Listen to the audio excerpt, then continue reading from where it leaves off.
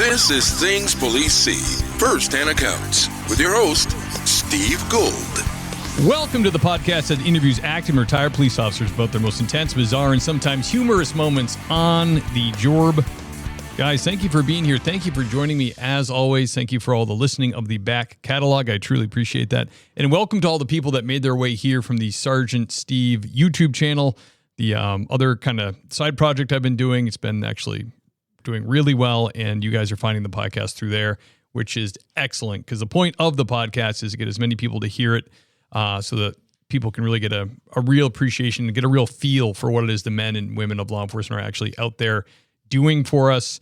Have a great guest today. Really excited to have him. He's a federal agent. He's had a really full career. He's been to some of the worst events that have happened in our country through his career. He's retired after 31 years with the FBI, working financial crimes and counterterrorism matters, trained law enforcement military personnel on every continent but Antarctica, was a sniper at the Branch Davidian standoff in Waco, a first responder and bomb technician at the Oklahoma City bombing, Atlanta Olympic bombing, New York City's Ground Zero, and other pivotal events. He just had a book released called Hazardous Devices, memoir of an FBI bomb technician, accountant, and sniper.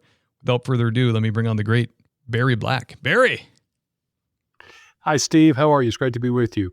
I'm great, man. Thank you for being here. I like the name, Barry Black. That's should have been like a jazz musician or something. Maybe one day. You got to do something in retirement. So, right. Brother, you've been to a lot of big events in this country. Is that because you were on the SWAT team or a bomb technician, or what was the main thing? Well, it's sort of all of the above. I started as an accountant working white collar, wanted a little more excitement. So got on the SWAT team, little smaller group for adventure, got on the sniper team, deployed to Waco, met my first FBI bomb tech, got selected for bomb school. And then from there, it was just timing. Terrorism took off. Yeah. Bombing became more prevalent and ended up traveling the world. It was unbelievable. Wild. Is there any trepidation with the SWAT team when they hear like a guy from accounting's coming over? Is he going to be able to hack it? Well, I got to tell you, the team leader was a decorated Green Beret, and there were Army Rangers. So at tryouts, I said, "No, wait, you're an accountant." I was like, "Yeah, but if you apply yourself, you can do just about anything." So I thought I'd give it a try. I was thankful to make the team, and 31 years went by in the blink of an eye. I love it, man. That's so cool. Yeah, everybody thinks those positions are kind of earmarked for the ex-special operator and all that stuff, but really, what's stopping you from trying out, going to the special schools, passing, and I'm sure working with guys like that is hugely beneficial when you're new to it. You can learn so much from those guys. Well, that's the thing is, we're all capable of learning. The quality of training American law enforcement gets, state, local, federal, is really remarkable. I've had the opportunity to work in some pretty remote places where officers have to buy their own weapons or buy their own ammo if they have weapons at all. So it makes you appreciate the caliber of training we have in this country. Yeah, absolutely. I know I used to work with a guy, he was in a neighboring agency, and he was saying he was from Brazil, and he was saying his father was a Brazilian cop, and he said it was like rampant with corruption because what they would do, a jurisdiction would run out of money and they'd lay all the cops off. So you'd have to go find work as a carpenter or work in a market, and then they go, "Oh, we got money, come on back." So what it would do is it just repeatedly dispersed police officers into the population. And, connections were made. They were like, this isn't a stable income for my family. But when I'm a cop, I can really capitalize the moments they're employing me by doing some shady stuff. Yeah, it's a lot of responsibility, and it's kind of like a guard dog. Nobody wants to feed it until they need it. So it's a difficult job for sure. I like that. Yeah, we have, just to the people watching on YouTube, it's mostly listened to on audio, but we're a little bit blurry because there is a massive winter storm going that is affecting Oklahoma and Massachusetts, maybe simultaneously. Is it out of your area now? Oh, no, we're still getting snow. It's supposed to be -6 in the morning. It's been snowing for a day and a half. So, yeah, this is not common for Oklahoma. Oh, so we're screwed then. We're in the Northeast. It started, they said like the news yesterday was like, yeah, if you you can be out and about till about 2 or 3, but it's going to start at 10, but it's going to be like, it's going to ease its way in. No, 10 o'clock, it was like full dump. It was like, this is bad. Everybody's still on the road. I'm like, this is bad.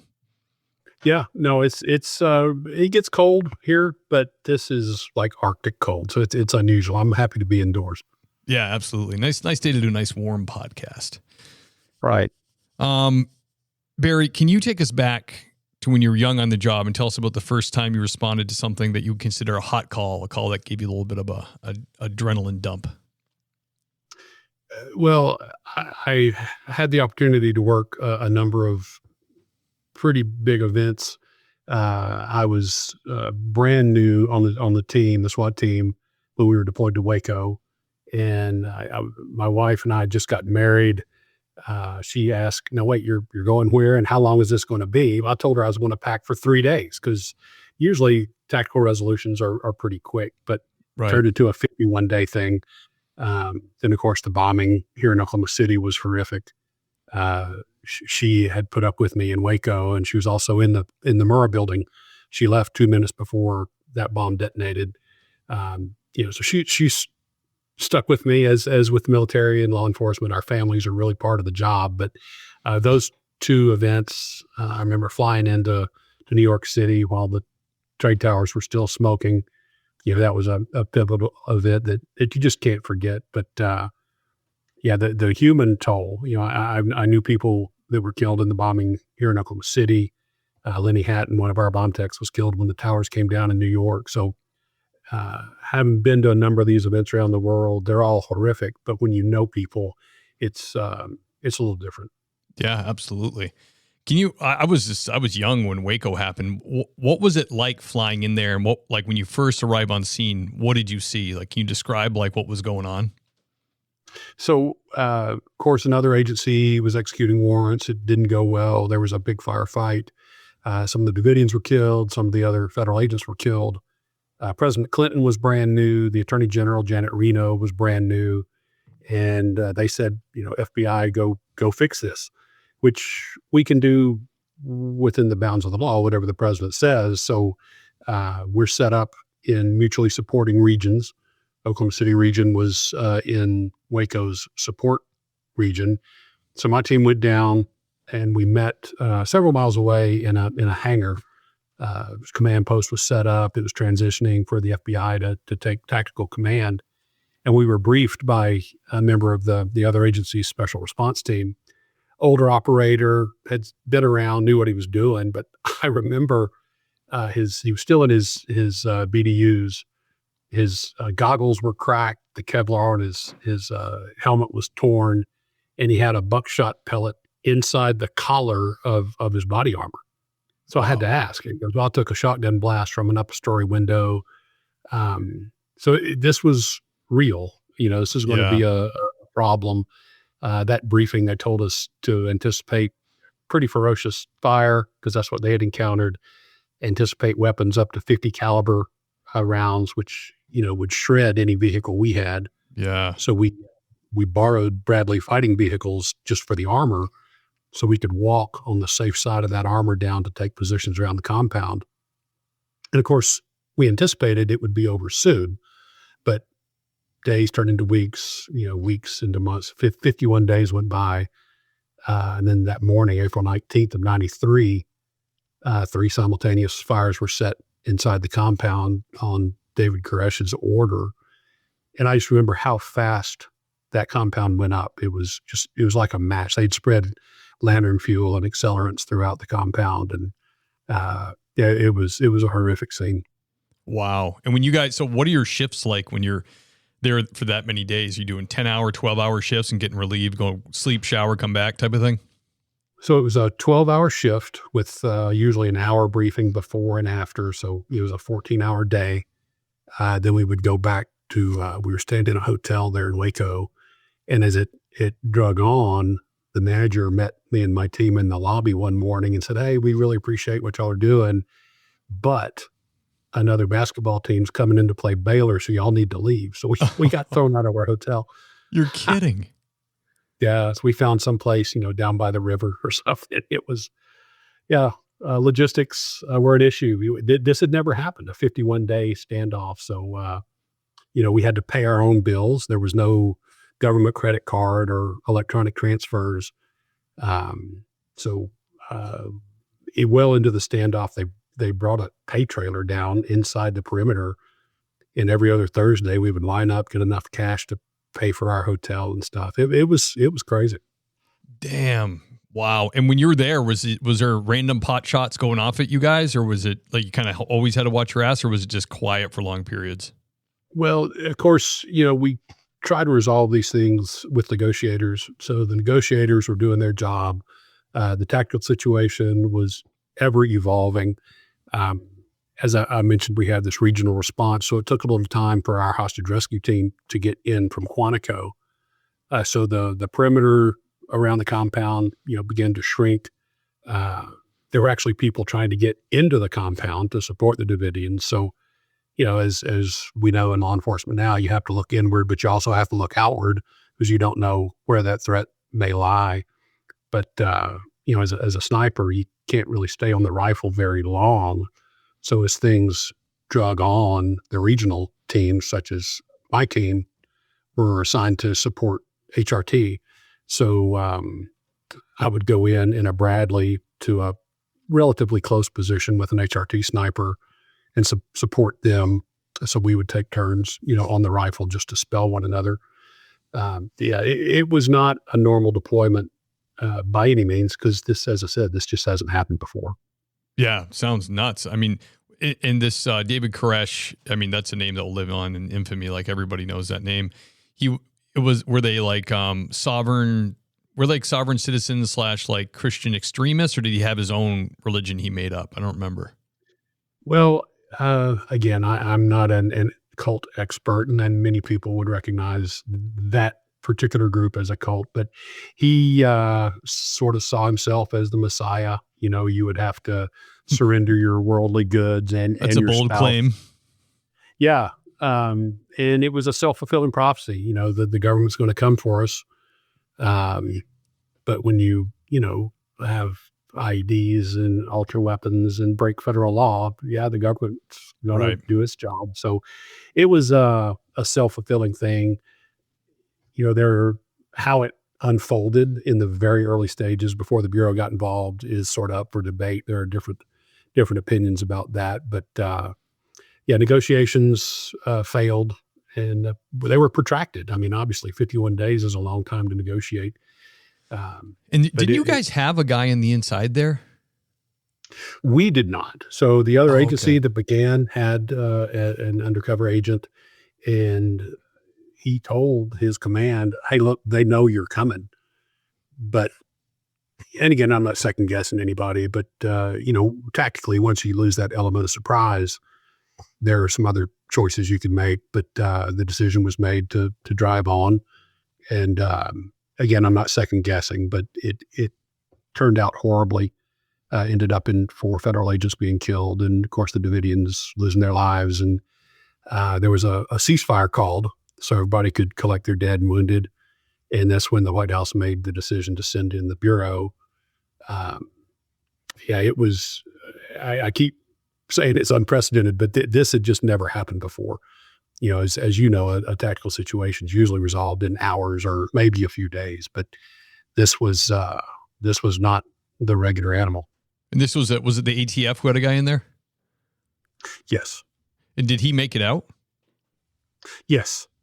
Yeah, as I'm told. And can you imagine being that guy? Oh my gosh, get me out of here. Well, as I understand it, he was talking to Koresh, and Koresh told him, and again, this is secondhand information, but told him, I know who you are and I know what's happening.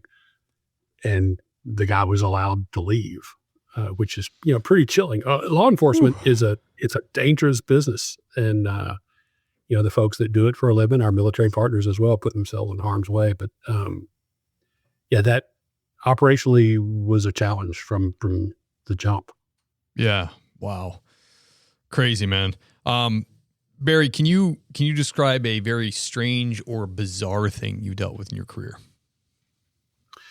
On a much calmer note, I I'm an accountant, and I got in the bureau working white collar crime, stock manipulation, insider trading, all that sexy stuff that everybody loves to do, right? Yeah. So Kicking doors in at the accounting firm. right, yeah, sharp pencil, number 2 pencil. Strangely enough, we work national and international cases, and I got a case on this one guy for white collar crime. Convicted him, he went to prison. Convicted him a second time, he went to prison. Convicted him a third time, he went to prison. So I'm beginning to believe the sentences aren't quite strong enough for that kind of thing. But again, I had a female I arrested multiple times, and she had an unusual first name. It was Juanita, and that was her true name, so that's what I called her. But she didn't like that as her first name. She had tons of aliases. But the last time I arrested her, I was handcuffing her, and she said, "Barry, do they just always send you for me?" So we have developed a personal relationship after a while. That is funny. What was she doing? Just cooking the books? Oh, it was, she was a polygamist for number one, and was defrauding all of her multiple husbands, uh, which happened to involve some bank fraud and wire fraud. A significant amount of money each time. But again, the following the aliases and all the different states and all the different husbands. What a headache. It proved to be a challenge, but that's what white collar is putting puzzle pieces together. And it's, if you like that kind of thing, it's actually kind of fun. Yeah. I've had over my career, I've had some pretty big fraud cases come in, and I'm always like, I'm not happy, but when it's like over $100,000, I know you guys will usually get involved, and I'm like, oh, thank goodness. 'Cause it's like, brother, I am not equipped to be dealing with like these financial crimes that, maybe it originated electronically through your jurisdiction, so you could take it and run with it. But some of them go to Europe, Switzerland, like Right. they're sending hundreds of thousands of dollars overseas, and they've been tricked, and it's just so much better when you get, like you said, like that's what you do. So I'm like a patrol guy. So when I get a case like this in a little agency I work for, it's like the wheels fall off. It's all I have to do just this now, because I'm talking to the DA all the time. Like, what do I need? What does the warrant look like? Send me somebody else's warrant that looks like that, so I can build the right thing. So yeah, I'm always happy when you guys are like, yeah, we'll take that one. It's like, oh, sweet. Well, I won't say you couldn't do it. I mean, you're capable of doing it, but most departments aren't set up to dedicate a body, an officer to an investigation that may take 4 or 5 years. I had an international money laundering case, as you said, and that was my case, start to finish. And we traced money to through mutual legal assistance treaties to 3 or 4 different countries. I flew to Bermuda to interview an insurance agent. Nice. Flew to the Turks and Caicos Islands to interview. You're like, boss, I'm going to need to go to Turks and Caicos. Thank you. Yeah, that's where the money was. So it was a great case. I developed a cooperating witness, and he mysteriously ended up dead on a yacht in Bonaire. I mean, Whoops. This one's crazy. He was cremated before anybody could positively identify him, and I'm still not sure it was actually him. But it had a lot of twists and turns. But to your point, sometimes these take a great amount of time that there's just not a budget for in other departments.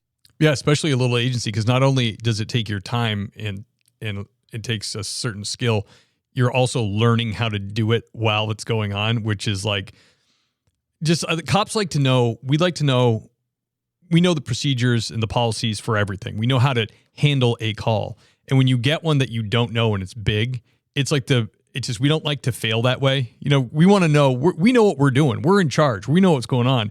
And you get a complex financial crime case, and you're just like, it's like you never even had any training. You're like, what do I do? Well, it's just a different job. And that's why the Bureau hires accountants to work that kind of thing. That's there was a specialty test. That's how I got in so young. I was an agent when I was 24, only because I got an accounting degree and could pass the FBI's accounting test, and they stuck me on a white collar squad, which was fine. I was a training agent for an officer who came from another state. He had spent his local law enforcement career as an undercover drug officer. Well, he was used to kicking in doors and doing arrests immediately. Well, they put him on a white collar squad. He said, this is taking too long. This is, months and Yeah. years, and the guy might not even go to jail. He was very unhappy, but he ended up on a reactive squad and was much more in line with what he was used to. Yeah. Yeah. A lot of bigger agencies are like that. If you can just stick it out where they put you, you'll get to where you want to be. Sure. And that's the thing. Just do the work, keep your head down, and you'll end up where you want to be. Yeah. Yeah. That's funny. Barry, how about the most, what would you consider the most intense or terrifying thing you responded to? Taking a bomb apart is pretty intense. Even when I see it in the movies, Barry, I'm like, "Gah! Green wire, red wire." But never the red wire, Steve. That's never the red wire. Got it. But, I know that now. yeah, I think showing up on these scenes the morning of the Oklahoma City bombing, I've been a bomb tech for 53 weeks. That was my first case. Sadly, I knew people in the building that didn't survive. Oh, man. I didn't know where my wife was. She was a federal officer, and she was in the building, drove out 2 minutes before the bomb detonated, but I didn't know that. There were only 2 FBI. Sorry? Was there cell phones then? Yeah, there must have been. No. Oh, that's awful, Well, dude. there were, but field agents didn't have them. We were kind of yeah. low man on the film pole. But she got out 2 minutes before the overpressure. She thought she had driven into like a big work hole on the highway. She was close enough where that overpressure pushed her car. But I did have a pager, which was the height of technology for the Bureau in 95. And she paged me back into my own voicemail where she had left a message that said her office had relocated to their emergency relocation site and that she was okay. But as I've said, it's difficult when you know people or your family is directly involved. But the magnitude of that scene, I showed up about 9:30, and the building, which was a city block, was just effectively gone. Cars were on fire. 300 buildings had been damaged. Walking wounded, deceased, people trapped in the building that wanted out. It's absolute chaos. As law enforcement, you show up and it's usually just mayhem to some degree, but this was on a scale I had not seen before. And as a bomb tech, are you there primarily to like try to find other devices or make sure whatever went off is completely detonated, that type of thing? Well, we train our state and local partners. That the FBI trains all the non-military bomb techs in the country, and we train our people and our partners to look for those secondary devices and even tertiary devices. So when I arrived en route, we were told this could be a plane crash or a gas main explosion, because this is the heartland. It's the middle of the country, not Chicago or LA or DC. And really a large vehicle bomb wasn't on the radar. There had been one, which was the first World Trade Center attack, right? Which by comparison was pretty small. That was a 1,200 pound device. We were looking at a 5,000 pound device. Our evidence response team, which most people would know now is CSI. I wish we'd come up with that acronym, but our ERT was new. I was the bomb tech on ERT. So I did what I was trained to do. I felt kind of bad. I really couldn't help anybody. There were people that needed, high level medical attention. And so the paramedics, the EMTs were doing their job. And I just tried to focus on mine, which was, was this a bomb or was this a plane crash or something? And so I did that. We call it a walkabout. That I walked the perimeter, and very early on, a deputy called me and my partner, the other FBI bomb tech, over to we call it the rear end differential housing, basically the axle of this truck that exhibited clear post-blast damage. And he wiped some grease away and revealed the confidential vehicle identification number, which was an early on key to the case. That led us to Junction City, Kansas. And then we got sketches of what folks knew then as John Doe 1 and John Doe 2. And, the media was a huge help. We got nearly 16,000 leads just from those sketches. So very early on, everybody had to break down into their respective specialties and, trust that each other, that each specialty was doing their job so that it could come together to bring one whole picture. So incident command, ICS, that we know about now just didn't exist. At least it wasn't codified then. But Right. It did break down along those lines. Firefighters did their thing, paramedics did their thing. uh, evidence collection, bomb techs. It was a well-coordinated event across the whole of law enforcement. Wow. Yeah. I imagine like Oklahoma City brought their command center and set that up. And I imagine they had one back then. Oh yeah. Yeah. It was nothing near like you see now in really any municipality, because we learn, right? I mean, that's, you have to learn. Who would have thought, 3 planes into the trade center and, Shanksville and the Pentagon, but now you can't expect that not to happen because these things have happened now. So, large vehicle bomb protocols have been enhanced. Instant command was codified. We have to learn from these tragedies. Yeah. I remember going to DC with my family to the National Mall and stuff, man, incredible. But, we got to see, Marine One land on the White House front lawn. I mean, crazy to see this thing come in because the 2 choppers on either side of it, they fly. They must have so much fun because they come in fast and they take, the way they're driving over the city and then the way they land is insane. They're driving these things like go-karts, these ones on either side, peel off, at extreme angles. They're out of there. And, but the thing that was coolest, like you're saying about ramming and large vehicle bombs, there's these cylinders in the street that come up out of the pavement and block all the roads up whenever Marine One lands on and then all these uniformed Secret Service come out of nowhere. And it's like, wow, what an operation. But it must be from events like that where they're like, we need to stop any kind of threat if the president's going to land on the front lawn, so they have these things in the street. Well, and, security has changed as threats develop. You see all the, beautiful flower planters and everything. Well, those are 1-ton concrete barriers that happen to have flowers in them, So, we have to adapt. It's a cat and mouse game. The terrorists watch what we do in the IED world. So they'll learn how we counter their devices. So they build new devices, and we have to learn how to counter them. I was fortunate to work with our research and development group and develop a specialized tool after the Boston bombing, a new render safe tool that the scientist and I got a little patent for, and we gave that to the Bureau, and now law enforcement is using that to defeat this unique kind of terrorist bomb. So the technology is a wonderful thing, but sometimes we're playing catch up. Yeah. So what was it you developed? Some kind of little hand tool you use, or? No, we call it an energetic tool. It's, that may be a weather alert. Yeah, hold on. I might have lost power. And we're back. We had a slight technical difficulty, but we're back in the interview. I was asking you about the little device you got a patent on for the FBI that does something to bombs. What is that exactly? Right. So if you think back to the Boston Marathon bombing and then the subsequent San Bernardino attacks, the terrorists who put out information on how to defeat our render safe procedures had learned that we often strip the end caps off of pipe bombs using an energetic tool. The most common type of device in the U.S. is just a galvanized steel pipe, usually with low explosives. But we have tools designed to basically strip those end caps off. Well, they changed their TTPs a little bit and started using internal end caps instead of external end caps.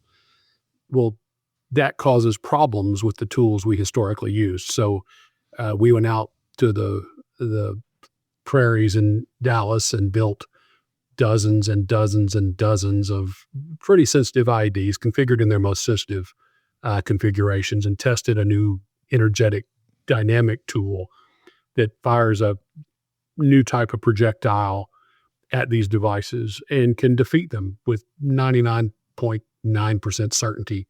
A lot of science that was way over my head, but I was privileged to work with some really bright scientists, PhDs, from our laboratory and the R&D unit, and produce this device that's in play now. Wow, that's awesome. And when you sell sounds like you did this patent for the good of everybody. Would there have been any way for you to just keep the patent yourself and then make some money? No. When it was done on Bureau time, Bureau assets, Bureau resources, And again, it was Bummer. something that the community needed. So what I did get is that one of the nice plaques over my shoulder there is the patent, though. So, I never thought my name would be on a patent, and I'm not sure I did that much to contribute, frankly. But it was an honor to have a small part in producing something that may save some lives. That's awesome. I know I'm such a scumbag. I'm like, could you have made any money on it? You could be Not Rich in the Berry. government. No, not in the government. Where was your who's your wife an agent for? She was with U.S. probation. Oh, okay. Interesting. So that's U.S. probation, and then is it the marshals that go get their guys when they're derelict? Yep, you froze up on me. The troubles continue. Yeah, you froze up too. All right, I'm sorry. So we're back again. You were saying your wife worked for U.S. probation, and I was asking, that's where the marshals go get the marshals are kind of like the parole officers for that, right? Well, so if somebody violates the conditions of their probation, then the judge would issue a warrant for probation violation, and then the marshals would go find those people, which happened more than a time or two. Yeah, yeah, it's happened a few times. Absolutely. That's going. You're both retired now. Both retired. Yep, staying somehow busier than we were when we were working. It seems so. It's awesome. Good for you guys. I mean, you love to see it. You love to see a couple cops retire and enjoy their life, Well, it's stressful. As you know, the job's stressful. It's tough. I was gone a lot. The path I took within the Bureau, I was just gone a lot. So when our son was born, I made a point every Christmas. Basically, the Christmas gift was a trip for the family somewhere together just to ensure we had, some family time and so he could grow up and, know who I was. And we could have some good memories. Yeah, get out of the area. So even calling you in would be almost impossible. Yeah, absolutely. Yeah, for sure. Barry, can you take us through a little bit the Olympic bombing in Atlanta? That was in the 90s, I think. So I was even 95, 96, somewhere around there. Sure. I just asked a question and then you froze. I asked about the write down the time. The Olympic bombing in Atlanta in the 90s. Can you take us through that a little bit? Sure. So that was in 96. I'd been working the Oklahoma City bombing since the detonation. 7 days a week, 12, 14-hour days, which is what everybody was working. So it was nothing special I had done. But there were only a couple of hundred FBI bomb techs in the country at any one time, and we still had the National Special Security event ticket. So the Olympics came up. My unit at headquarters, called the Critical Incident Response Group, they realized I'd been working a lot in this pretty high-pressure case. They knew my family. My parents were still down in Birmingham, Alabama. So the unit chief called and said, look, we need a team leader for the Olympics. There's a venue in Birmingham. Why don't you, as a little break, go down to the Atlanta Olympics? So little R&R. I was there. Yeah, the little R&R at the Olympics. And it was great duty until I was out at a little restaurant pub with some Olympic officials that evening. The bartender came out and said, what about the bomb in Atlanta? I was like, man, that's not funny. He goes, no. So CNN was still like the only news station. So he turned the TV on. Of course, it was the after events of the bombing. I did have a cell phone by then. My cell phone rang. They said, get to Atlanta. And just as the SWAT team has kind of a larger plan, there were agents deployed to the Olympics at each venue. So the Atlanta teams were assigned to work the post blast, and my team went over and basically backfilled them through the end games, the final ceremonies. Of course, that turned into a multi-year investigation. Eric Rudolph was identified after he killed a police officer in Birmingham, eventually arrested by the task force rummaging for food in North Carolina. So it's one thing after another. Man, how many did people die in that one? Yes. So tragically, one person was killed by the blast itself. Another person died of a heart attack related to the event. And then 111 people were injured. What kind of bomb was it? It was a pipe bomb. Just as we mentioned earlier, the most common type of device in this country historically is a galvanized steel pipe bomb. This one had added material, which is defined as shrapnel, added to it to maximize, the damage. It had been backed by a steel plate to focus that blast into the crowd. It was designed to kill people, and it was effective. Man, yeah. In that movie, I always want to ask the bomb guy this. In Terminator, the good guys start making pipe bombs, and I think, it's been years since I've seen it, but I think they were just breaking off the tips of matches and filling up pipes with that. Would that make an effective pipe bomb? Well, don't try this at home, right? Right. But so any type of material that we say deflagrates, so it burns at a very, very rapid rate. It produces heat, light, and gases. So as that material deflagrates, builds up pressure, well, if there's no place for that pressure to go, it will rupture the vessel that's containing it. So I wouldn't advocate it, but in theory, I'll say something that's burning or deflagrating at a really rapid rate that produces those gas could overcome the confining pressure of its vessel. That's why you see in the Middle East, in Southeast Asia, pressure cooker devices, Right. like we saw at the Boston Marathon bombing.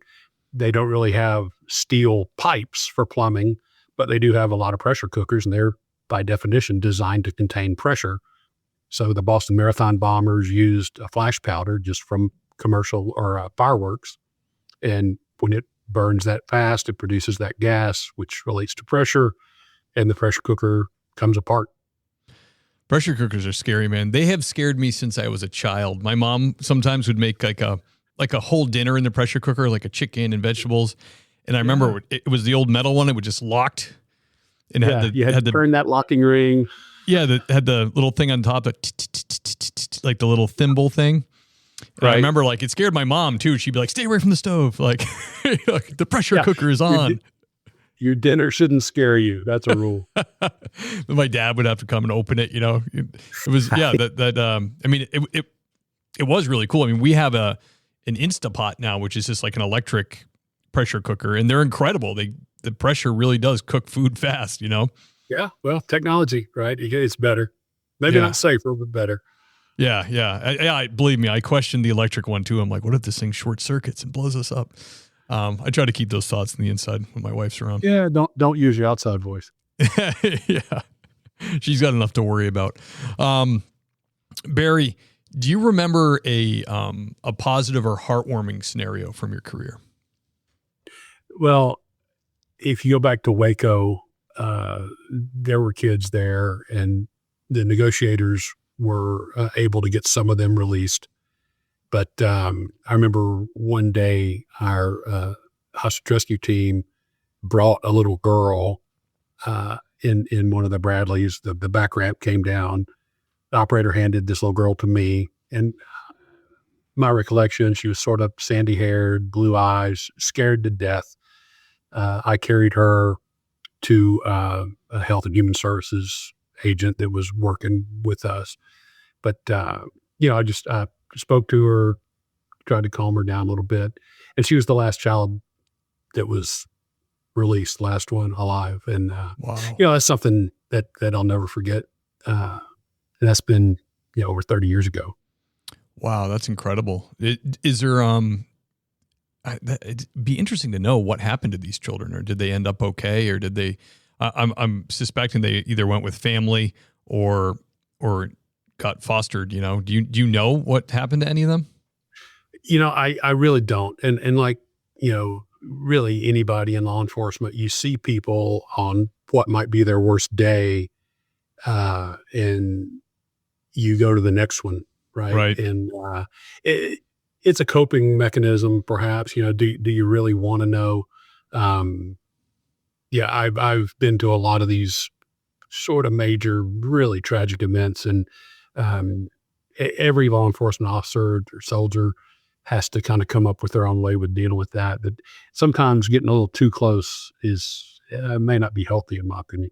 Yeah, it's true. We've had a few guys on here that had that story of like the person in the lobby. Hey, they're here to see you. We don't know who they are. And they're like, 30 years old or 25 years old, and the guy's about to retire, and it's the kid they saved from the pool, or what Right. insert whatever tragedy, and it's like it's so heartwarming and cool to like you just don't get a lot of wins like that in law enforcement when you get to like reap the benefits of your efforts. Yeah, if you want adoration, be a fireman, right? So, First, that's one of the first things they told us police academy is like, do not expect pats on the back. right. Well, you're meeting people on their worst day if they're a victim, and then perpetrators are rarely anxious to see you. So, Right. yeah, it's a tough job. I have a lot of admiration for our state local partners, and I was privileged to work with the military around the world, and those are some great people. Yeah, absolutely. Really popular question on the show is advice to new officers or agents, people getting into the field. They listen to the podcast, they listen to you guys tell your stories, and it's inspired a lot of them. I get pictures and emails of people at academy graduation because they binge listened to the show. They weren't sure they wanted to do it, but then they hear you guys talk about the career and they end up doing it, which is like amazing to me. So what would you tell these people looking to go in now? It's a public service job, right? I probably could have made a little more money in the private sector as an accountant. Definitely. But it's a public service, and people do appreciate you. Of course, I teach at a university now, and I tell my students, you're responsible for your own safety. So, head on a swivel. But most people are good.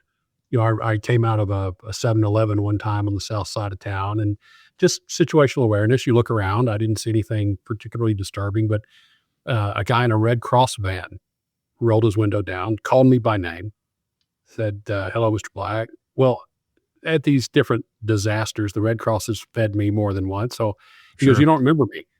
I said, well, you're going to have to give me, a little context. He goes, you put me in prison 7 years ago, and this is You're my like, community service is driving this Red Cross van. It's like, oh, okay, well, good luck with that, right? So in a career, you may put a lot of people in jail or prison, and they're going to remember you. Yeah. You may not remember them, but people are good. Well, there are more good people than bad. So I would suggest just, keep an open mind, understand that everybody's got a bad day, but you don't want to bring that baggage home to your family. So have a way to cope with the stress, family, faith, friends, whatever it might be. But it's a public service job, and it's the right thing to do. Love it. Words of wisdom. Barry, tell us a little about the book. What was what made you write this, and how's it going? Well, I'm super excited. Just like the patent, I never thought I would be an author. I wanted to be in the FBI since I was a kid, since I was 10 years old. And when I got my letter to Quantico, one of my best childhood friends, she said, look, you need to, I know you too well. You're going to forget all this, so write stuff down. So for 3 decades, I'd be flying back from Kathmandu or Tashkent or some far-flung place, and I would just write little notes, what we were doing, why we were there. And, you think about your family and maybe a little legacy. So I had this compilation of stories in a desk drawer, basically, and was contacted by a publisher to write a forensic science textbook because they'd been following my university career. I said, well, I'm retired. Writing a book seems like a lot of work, but I do have this compilation of stories from my time in the Bureau. And the publisher said, well, send us a few. So I did, and nothing happened for a long time. And I thought, well, no harm, no foul, right? I tried. Right. But pretty soon they said, send us a few more, and when could you finish it? And it turned out I'm thrilled with the publisher and the publication, and now it's available on Amazon, Barnes & Noble, wherever you buy books. And it was frankly quite a surprise to have it published. That's awesome. Hazardous Devices, memoir of an FBI bomb technician, accountant, and sniper. What a combination of specialties to have. That's a good recruitment poster for the FBI, Well, it was a strange ride for sure. Even my buddies that are in the Bureau have had, fantastic, illustrious careers. They said, yours was not the norm. As you said in the intro, I've got to go to every continent, but Antarctica, former Soviet Union, the Middle East, Africa, just some crazy places, and do some things I didn't even know the Bureau could do. Work with our embassies, the military, it was, I was thrilled with the career. And as I said, I got to do things I never expected. Awesome, man. That's so cool. So that book is available anywhere, but probably point towards Amazon. And I will put the link to the Amazon. I'll put the Amazon link in the show notes so people can find it easy.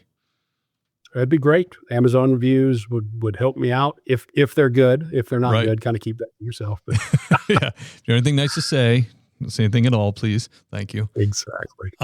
Awesome, man. Oh, Barry, it was an honor to have you on, brother. Great stories. I really appreciate your time. It was my pleasure, Steve. It was great to see you, and I hope we'll stay in touch. Yeah, absolutely we will. Can you hold on like 2 minutes when I do the outro? You bet. All right. The great Barry Black, ladies and gentlemen. What a career in the FBI. Really, really fascinating. I really didn't know. I actually didn't know how the interview would go because all of his different specialties, but really cool stories. And man, the guy went to a lot of national bombings and disasters that we had. So thank you to Barry for coming on. Very cool. His book available on Amazon. Like I said, link is in the show notes. Check that out. This is the time in the podcast when I thank the Patreon sponsors, the people who keep the lights on, keep the boat afloat over here at Things Police See. If you follow the link in the show notes and you choose sergeant level or higher, I will shout you out on the show. Starting with the lieutenants, who I'm talking about is the great and powerful Andy Biggs. Kyle Roberts, everybody. Thank you, Kyle. Michael Roach from Roach Machines AI Solutions. Check him out. Lane Campbell, everybody. Gary Steiner. Adam Mihal. Seth Wright.